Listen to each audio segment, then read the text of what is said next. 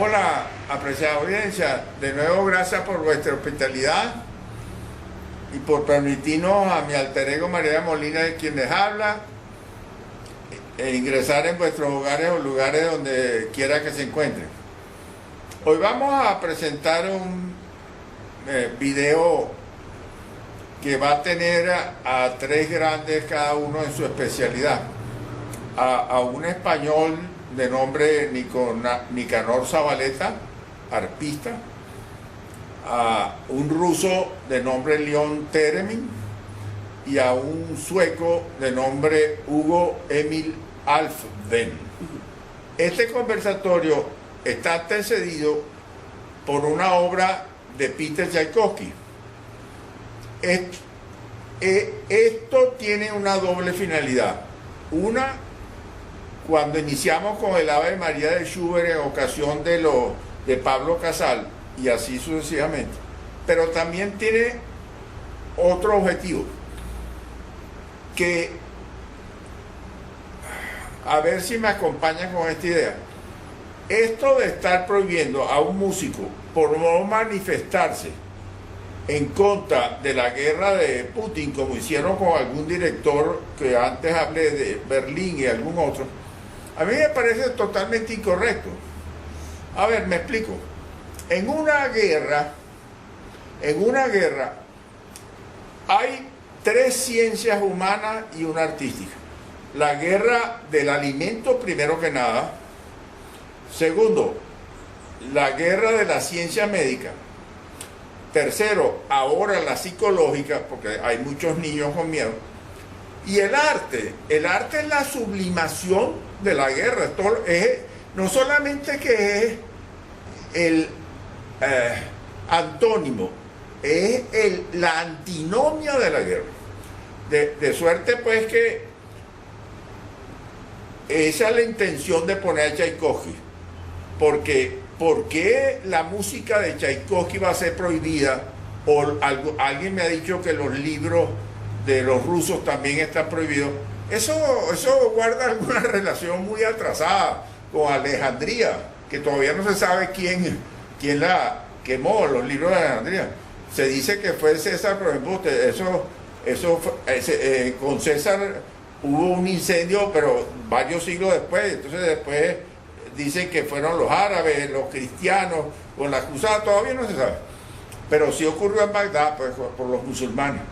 agradeciendo algunos mensajes producto del conversatorio Collage de Miqueles Olivares. Gracias, Miqueles, por tu fidelidad, igual que la de Luis Soto. De nuevo le deseamos mejoría. Luis acertó muy bien en la idea de estimular las neuronas, de Víctor Araujo, y de una poeta, Carmen Cristina Wolf, que envió dos mensajes: lo bello de la música en si menor de Bach y luego de la demás música. Esta poeta es una de las dos mujeres que vamos a hablar hoy, antes de iniciar nuestro conversatorio. Parafraseando a Nelson Mandela, que dijo: este país necesita grandeza. Yo creo que Venezuela también necesita grandeza. Todo país necesita grandeza, en particular Venezuela, creo yo. Estas dos mujeres no están en un gimoteo, están actuando, no están sollozando. La poeta Carmen Cristina Wolf no solamente que ha ganado el premio Vicente Gervasi, que fue un gran poeta, periodista y diplomático, sino que formó parte de un grupo de poetas, entre los cuales está quien fuera mi profesor Venegas Filardo, y también recuerdo a Otto de Sola y algunos otros. Ese premio es importantísimo, el que ya ganó Carmen Cristina Wolf. Pero es más, yo la he estimulado. Además, creo que salió en una revista que el esposo está muy entusiasmado por eso, como una de las mujeres más importantes de Venezuela en su momento. Y digo yo que ella debería participar, ojalá que se estimule, o bien al premio Margarita Hierro de España, o cualquier otro que hay unos en Guatemala. Yo creo que el premio de la poeta Gabriela Mistral, que se llamaba de otro nombre, ella adoptó ese nombre, Gabriela Mistral era Lucía Godoy, y tomó prestado el Gabriel de una italiano y el Mistral de un francés, un poeta francés. Hay unos premios de la OEA también, pero creo que ese está en desuso. Pero en todo caso, algunos están en uso, llámese España, la estimulamos a que participe en eso, ¿no? Este par de libros es solo parte de su trabajo, ¿no? Este se lo había mostrado antes, ¿no? Es parte del trabajo, de modo que tiene suficiente material como para participar en estos concursos. Otra mujer que ha tenido una prolífica labor y sin gimoteo es Beatriz Sánchez. Es arquitecta, o estudió arquitectura, perdón, y además de participar en numerosísimas galerías venezolanas, por mencionar una, Ateneo, y en Londres, Madrid, Mónaco, varios países como Bolivia, Panamá, de nuestra América. Se ganó, por mencionado, el primer premio Salón Nacional del Banco Central de Venezuela en 1972 y un premio de arte en la Quinta Trienal de Polonia en 1997. Pero no solamente eso, sino que se va a presentar nada menos que en la Bienal de Venecia. Eso no es cualquier cosa para un pintor, ¿no? Ahí participa lo más granado del mundo, ¿no? Vamos a poner algunas imágenes de sus cuadros. Aquí hay una obra Érase un sueño de Beatriz Sánchez, que es una poesía del libro, como lo dice quien lo presenta, ¿no? Porque aparecen sus cuadros con frases importantes porque ella es una lectora muy ducha en muchos autores y eligió varias frases fruto de esa innumerable lectura de ella por filosofía y autores clásicos. Ha hecho esta obra maravillosa poética que tiene frases importantes más cada uno de sus muchísimos cuadros, ¿no? Aquí podemos ver algunos. Por mencionar solo uno, porque tenemos que comenzar dice, a ver qué encuentro acá, que tiene que ver con la música. La música debe encender fuego del corazón del hombre y sacar lágrimas de los ojos de una mujer. Ludwig van Beethoven, con uno de sus cuadros, ¿no? Van a ver ustedes imágenes de los cuadros que van a presentarse en la festival, en la Bienal de Venecia. Esto me recuerda, la participación solamente es importante. Acaba de venir el premio Oscar, ¿no? Y allí el candidato a los Oscars ya es importante. De manera que ya solo la presentación, aún sin triunfar, ojalá que triunfe, es importante. Qué lástima esa escena de Will Smith abofeteando a una persona en escena. Nunca más volveré a ver una película de Will Smith. Bien, entonces comencemos con la vida y obra de estos tres músicos. Nicanor Zavaleta nace en 1907 en San Sebastián, España.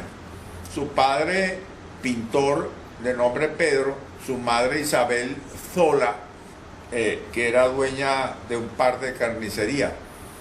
El padre le compra una arpa en una tienda de antigüedades e inmediatamente Nicanor Zavaleta se va a entusiasmar, va a estudiar en el Conservatorio de Madrid y va a tener importantes profesores.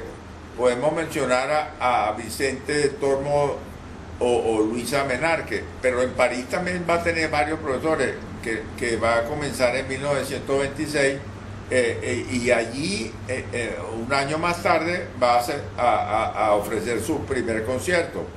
Luego se va a trasladar con éxito a Estados Unidos y a Puerto Rico. En Puerto Rico conoce a quien va a ser su esposa, Graciela Torres.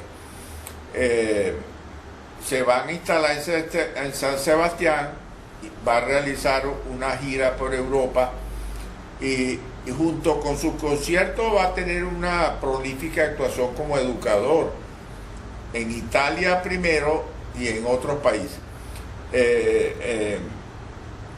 Tan pronto aparece la calidad de ese caballero que tocó en 300 orquestas y tuvo más de 600 actuaciones, pero mucho antes de eso, ya compositores de diversos géneros, por mencionar solo tres, el que ya hicimos un conversatorio, Alberto Ginastera, o el brasilero Héctor Villalobos, pues compusieron otros más también, ¿no? Pero compusieron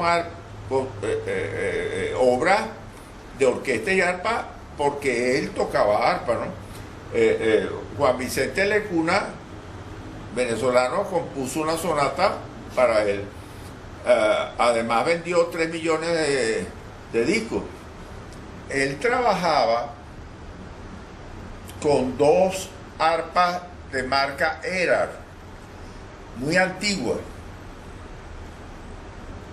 la misma marca del piano Erard que tanto adoró Teresa Carreño. Es curioso porque no recuerdo bien, pero las cuerdas del arpa clásica se acercan a 50, poco más, poco menos, creo que son 47, pero no quiero acertar. pero además tienen 7 pedales. Eso le da mucha potencia porque los pedales permiten todos los semitonos del piano. De manera que él incluso agregó otro pedal. Solía cambiar las cuerdas porque eran hechas de tripa de animal y para las cambiaba porque ya no funcionaba. Oigamos de él una bella obra de Debussy tocada por él.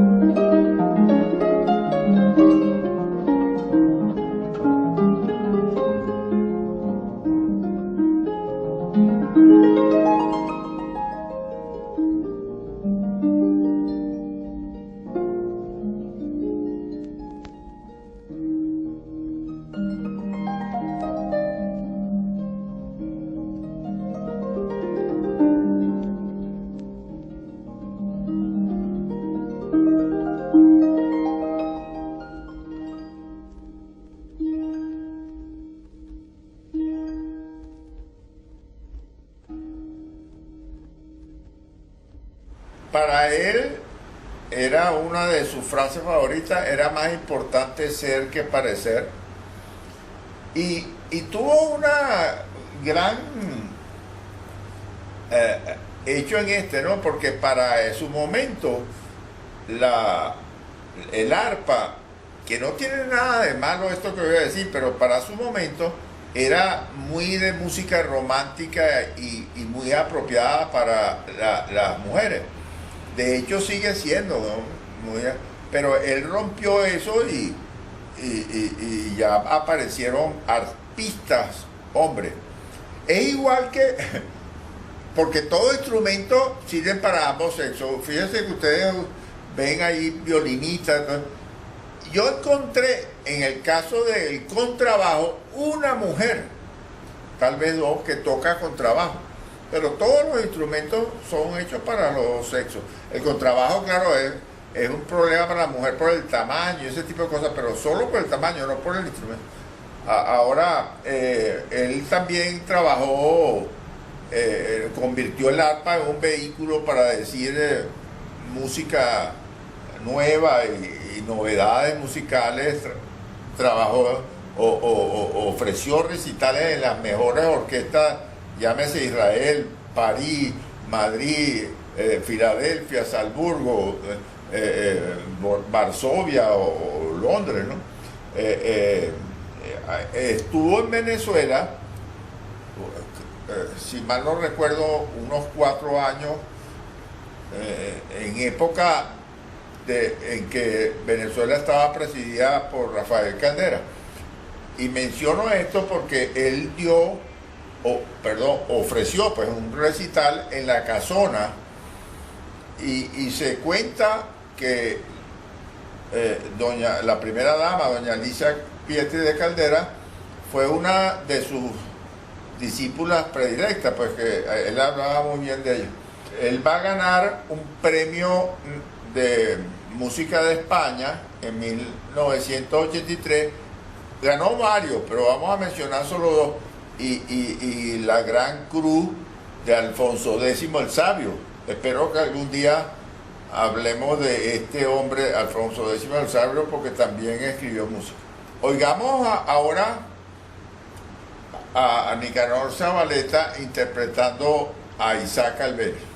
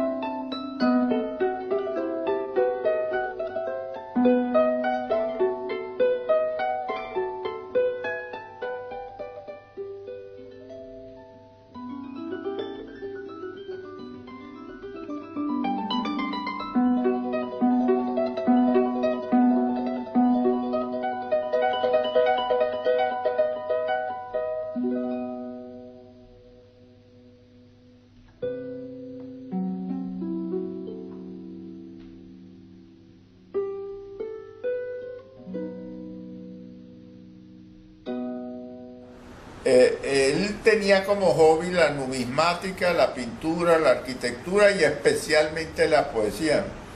Era amigo de poetas como Juan Ramón Jiménez o Rafael Alberti, entre otros. Un guitarrista muy famoso llamado Narciso Yepes le otorgó el calificativo de el sabio, ¿no? El último concierto lo ofrece en 1993 en Madrid y un año más tarde va a morir en Puerto Rico de cáncer de Prager. Sus restos van a ser trasladados a San Sebastián donde nació, donde reposan en el cementerio Pollock. Esta es la vida pues y obra de Nicanor Zavaleta. Pasemos ahora a nuestro segundo autor. Hablemos ahora de nuestro segundo biografiado, que va a ser Leon Theremin. Este es un músico que, músico y varias otras cosas, que nace en Rusia en 1896, en San Petersburgo, de una familia noble ortodoxa de la Francia calvinista. Calvino fue un dictador religioso. Era tan cruel como cualquier dictador, pero por la vía de la religión. Esa familia llega a Rusia en el siglo XVI. El padre se llamó Sergei, abogado, y la madre Antonina León. Desde joven se anima con la música y va a estudiar violonchelo, se va a graduar a la postre en violonchelo, pero adicionalmente va a trabajar en la ciencia y va a ser un inventor. Veamos.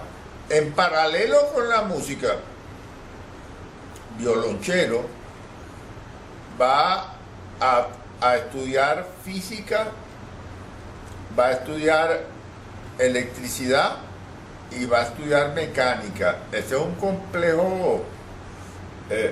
complejo muy interesante, ¿no? de ciencia, ¿no? Él se gradúa en violonchelo y un año más tarde en física y matemática, y va a tener un profesor que va a ser muy importante en su vida, que va a ser su mentor, por llamarlo de alguna manera, Abraham Lofe. Comienza a trabajar en la principal estación de radio de la Rusia de entonces. Es la Rusia de la Revolución Bolchevique en 1917, que la hemos en otro conversatorio mencionado una y otra vez. Luego de trabajar en la radio, la más importante de Rusia, lo envían a un laboratorio ya en el área militar, en Moscú. Ahí comienza a hacer estudios de física, tecnología, y no solamente que estudia en la Universidad de Petrogrado, sino que también en el Politécnico de Petrogrado. Recuerden que cada uno de esos rusos le ponía el nombre que quería a San Petersburgo, ¿no? Nicolás II le puso Petrogrado, después vino Lenin y le puso Leningrado. En este caso es Petrogrado. Entonces, él llega a un momento en 1920 trabajando en un sistema de alarma inalámbrica. Se da cuenta de pronto. Esto me recuerda cuando Fleming descubrió la penicilina, que fue una especie de sorpresa, que unos hongos habían llegado a su laboratorio por las ventanas. Algo parecido, pues. Entonces él se da cuenta que al poner la mano de todo esto que estaba haciendo, sonaba algo. Y aprovechó sus conocimientos musicales para que al poner la mano derecha en un par de antenas, comenzó con una, luego siguió con dos, aquello tocaba cualquier melodía imaginable. pero le faltaba volumen. Entonces inventó otro lado, una cosa que ya veremos cómo, que esta segunda parte le daba volumen. Entonces con esto hacía la melodía y con esto la intensidad o volumen de la misma. Ese instrumento se va a llamar el theremin. Ahí van a aparecer entonces los thereministas, los músicos de este instrumento, que ojalá, ese instrumento es interesante, ojalá se proliferara. Este invento se lo va a presentar Lenin, que se va a interesar rápidamente en él. Y tiene algún comentario, digo que Lenin que tenía una cierta, digamos, oído musical, será verdad, ¿no?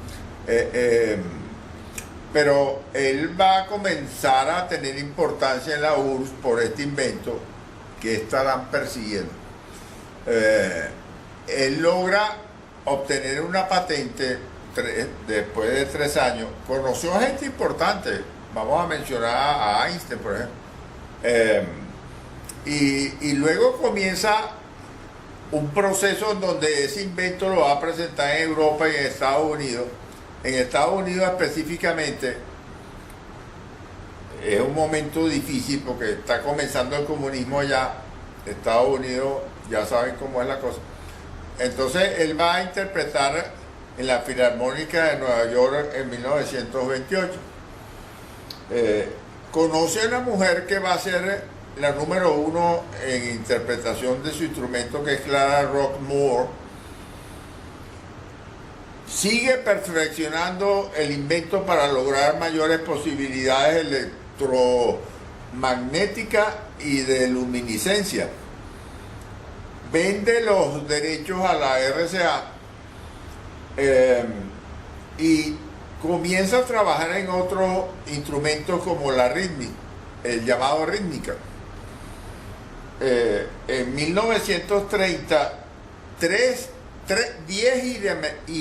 ireministas actúan en el Carnegie Hall con orquesta propia, pero luego, como es tradición, lo acusan de traición en 1938 en la URSS. Así era, pues qué remedio. Lo envían a trabajar en trabajos forzados, el famoso Gulón, en minas de oro. Se corren rumores de que lo habían ejecutado. Allí en esos trabajos forzados encuentra a otros también sufriendo lo mismo, de investigadores como Turoler o Korolev, y allí, aprovechando eso, también estudia casi clandestinamente, diré yo, ondas sonoras en su cautiverio, pues, e inventa un aparato de nombre Buran, que significa en ruso ventisca. Ese aparato era capaz de grabar a distancia sonido dentro de un edificio. En 1917 lo liberan y va a colaborar con los servicios de seguridad y va a aliarse con Lenin y va a declararse también comunista. Él sigue trabajando en distintas facultades académicas y solamente como una anécdota, viaja a los Países Bajos donde unos vándalos lo roban.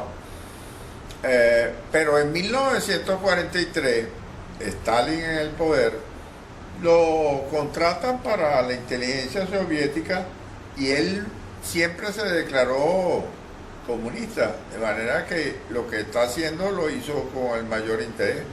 Él creó una cosa que se llamó endovibrador, que es un dispositivo que no requiere alimentación ni transmisión. Eso lo utilizaron a través de un regalo que le hicieron de un escudo de Estados Unidos para espiar la embajada de Estados Unidos en Moscú en 1945, exactamente el año donde termina la Segunda Guerra Mundial. Ese espionaje duró 7 años, porque hasta 1952 lo descubrieron casualmente, porque un británico llamado Peter Wright captó algo, ¿no? Pero nunca lo llegaron a entender, y como no lo entendían, lo llamaron The Thing, o sea, la cosa en español. Era un escudo de Estados Unidos que emanaba radiaciones extremas del rango de 300 megahertz. Eso es grandísimo. Ahí grababan cualquier cantidad de conversación. Él se casa 3 veces, una vez con Ekaterina Konstantinova, luego con Lavina William, y es con la tercera con la que va a tener un par de hijas, María Guskliva, una hija llamada Natasha, bonito nombre ese de ruso, y Helen. Muere en Moscú, y un periodista ruso, Yuri Linik, hace un palíndromo en su honor, que en castellano decía Teremin no muere. Esta es la vida y obra de este curioso personaje, ¿no? Es muy curioso este personaje.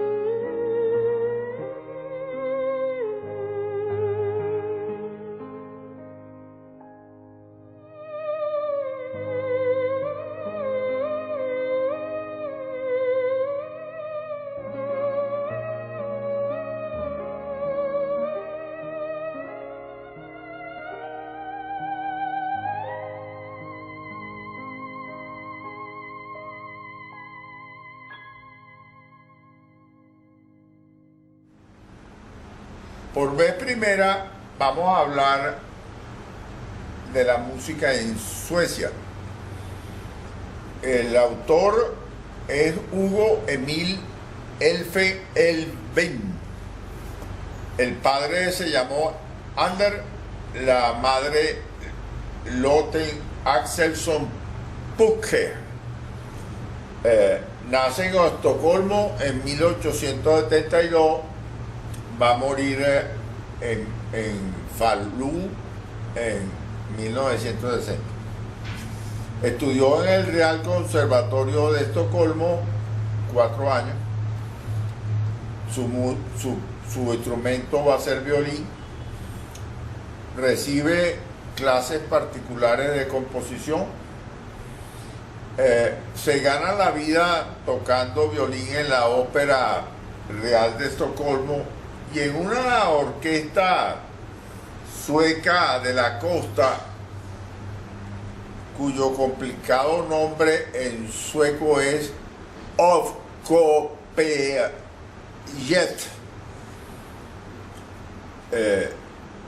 10 años más tarde, estamos en 1908, viaja por Europa, estudia más violín en Bruselas y en Dresde dirección de orquesta. También tiene vocación docente, lo hace en Estocolmo en la materia de composición musical, y en 1908 es elegido miembro de la Academia Real de Música de una universidad extraordinaria de la cual él había sido egresado, la Universidad de Uppsala. Esa universidad es la más antigua universidad de la región llamada Escandinavia, creada en 1477. En las Naciones Unidas, Escandinavia es una de las 22 subregiones que ha creado este organismo, en donde además de Suecia, Dinamarca y Noruega, están países como Estonia, Finlandia, Islandia, Letonia y algunas islas, entre ellas la más grande, Groenlandia.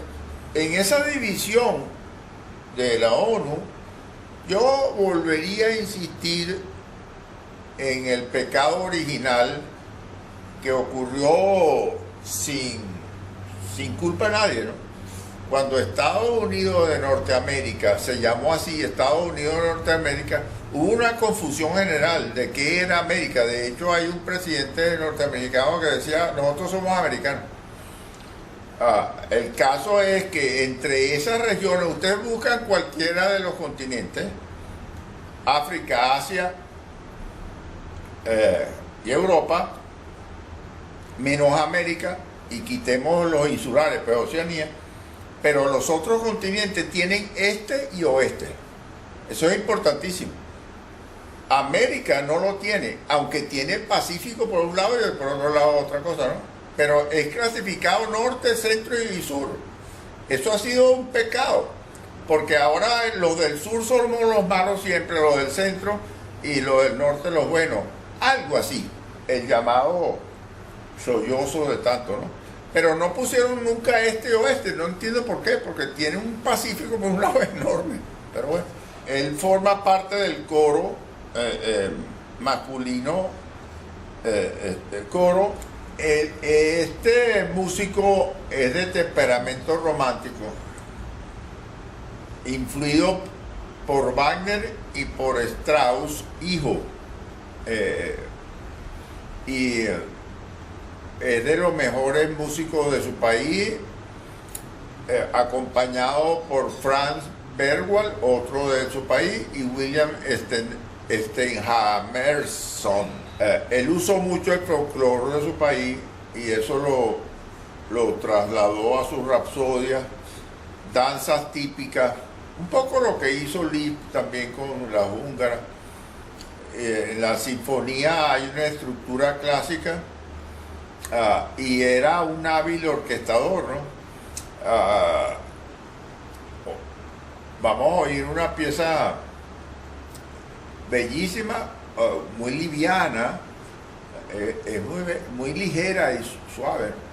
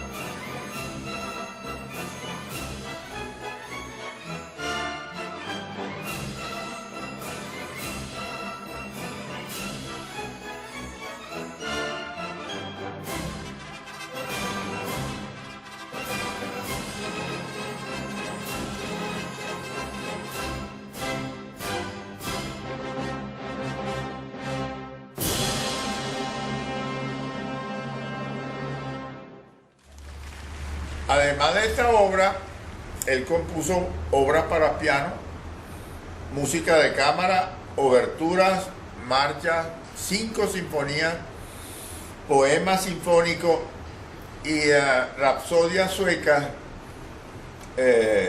una de las cuales fue representada bajo la versión de ballet en París. En la música vocal y teatral también incursionó, al igual que en los líderes. Una vez más, líderes es canciones tocadas con instrumentos acompañados. 10 cantatas. Cantatas, recuerden que se canta, así de claro. Solo, coro y orquesta. Y la música incidental que vimos en algún momento, pues que para película, ¿no? Que lo vimos en algún conversatorio. Muere en 1960 y es enterrado en el cementerio de Lexan. Dejó una hija, Margarita Abdul. Bueno, querida audiencia, con esto damos fin a, no sin hablar algo antes, a este conversatorio que espero que haya sido de vuestro agrado. Y como siempre, ¿no? Por favor, le den el dedo si les gustó, activen la campana, suscríbanse gratuitamente. La semana que viene nos vamos a ver de nuevo. Y una última cosa, en el conversatorio de Manzanero y Tom Jones, hablamos y nos extrañamos que no haya aparecido para nada el presidente de Turquía. Acaba de aparecer el presidente de Turquía. Hoy es 29 de marzo, es la 1:20. En la guerra, no sé, cualquier cosa puede pasar. Están reunidos, se supone, para llegar a un acuerdo entre Putin y el héroe Zelensky, ¿no? Voy a decir lo que pensamos, que a Zelensky, a pesar de que está diciendo que necesita un sufragio, creo que lo único que tiene Zelensky para negociar va a ser ceder una parte del territorio. Supongo. Ojalá que no sea así. Pero supongo. Pero me he quedado pensando, no sé si ustedes estarían de acuerdo. Fíjense, ya sabemos la personalidad de Putin una y otra vez. Omnipotente. Cuando se dice que es omnipotente, es Dios, como lo fue Stalin, pues. O como la prensa privada lo hizo creer a Lenin, ¿no? Recuerden que en los matrimonios en Lenin, la gente se casaba delante de Lenin. La prensa lo hizo creer así. Ahora yo me he puesto a pensar, más allá de Dios no se puede. Los zares, nadie ha inventado un super Dios. Entonces los zares cuando se nombraban decía, en honor a Dios, yo soy dueño de la madre Rusia. Yo soy dueño de la madre Rusia.